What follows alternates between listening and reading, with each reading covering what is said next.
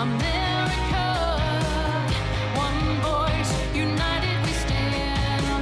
good evening and welcome, and thank you so very much for tuning in to Ladies Can We Talk. This is your host, Debbie Georgatos, and on Ladies Can We Talk, we simply try to speak up for and embrace the unique and exceptional identity of America and tell you why it matters to you every week. Well, I often say in this beginning segment that we were about to launch on our first 15, and this is my Speak Up for America segment, but our clock has changed, so now it's our first 5 that we have in this opening segment, and I was trying to do some special focus about something we need to speak up for or understand better about America. And I'm going to focus tonight on Earth Day. We all, around the country, I'm sure most people were aware that we had the celebration of a holiday that people call Earth Day just a few days ago. And the nice or good thing about Earth Day is it's certainly wonderful to embrace the idea that people have a responsibility to be good stewards of the environment, to care about the environment and clean air and clean water.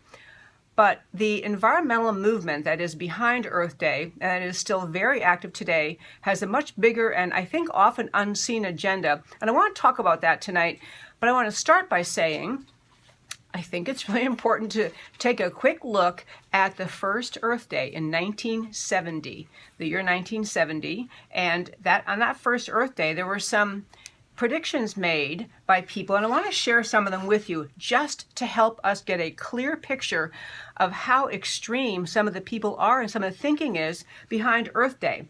Okay, so here are some predictions that were made.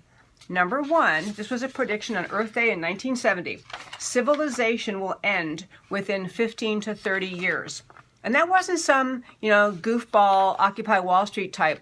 That was a Harvard biologist, Dr. George Wald, who said that civilization would end. We should all be gone, because even 30 years was over in the year 2000. Another one from a Stanford professor, Dr. Paul Ehrlich. 100 to 200 million people per year will be starving to death during the next 10 years. Okay, this did not happen, in case you didn't know. In fact, I will just tell you, the world food production is greatly increased since that time, and the world's domestic product is greatly increased. And essentially, this entire prediction was completely false. But I'm going to keep going because there are several other ones. Population will inevitably and completely outstrip whatever small increases in food supplies we make. Again, Paul Ehrlich talking about food supply. There won't be enough food. We're all going to go under here. Also, another one that was just widely spread in 1970, demographers agree almost unanimously. 30 years from now, the entire world will be in famine. That means no food, starving to death in the year 2000. That would have been by the year 2000. And another one, in a decade, this is again January 1970, in a decade, urban dwellers will have to wear gas masks to survive air pollution.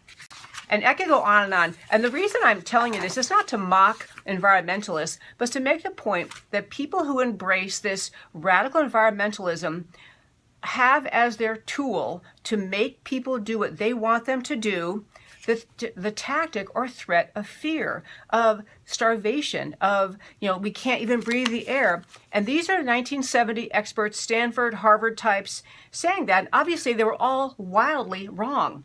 But today, think about where we are. We have the climate change conference that just happened last year, and then this past Friday, on as a celebration of Earth Day, many countries gathered at the UN and signed the climate change deal. We're going to be talking about the climate change deal in the next segment of this show with an expert, Robert Heinecke from the Texas Public Policy Foundation, about what that climate deal were really to come to be enforced in America, what that would do to us. And let me just give you a short clue. You wouldn't like it very much.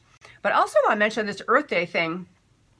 Environmentalism today, and even back then, but even more so today, it is the home of the radical left, the people who just love big government control over everything. If you'll notice, a lot of things that the climate types are saying must be done and must be followed are things they're not doing. They're flying in their private jets all over the world telling us to stop driving our cars. And, I want to just one other really important thing. These are like talking points. I say in the show all the time, you have to have your talking points ready. You have to engage on the issues of the day with people that you know. Well, here's a talking point to keep in mind. CO2, the villain in environmentalism, what the people who want to regulate cars and airplanes and want to force us all into, use of things beside fossil fuels. They're all worried about CO2, a naturally occurring element in the environment. And I think these are really important facts for your facts to know and tell and share with your friends. CO2 is an important but a trace gas in Earth's atmosphere. It constitutes 0.04% of the atmosphere, under 1%. It's essentially 400 parts per million. And they do reconstructions to look back over the millennia, the thousands of years, what the levels were in previous times. And so long before there were cars, there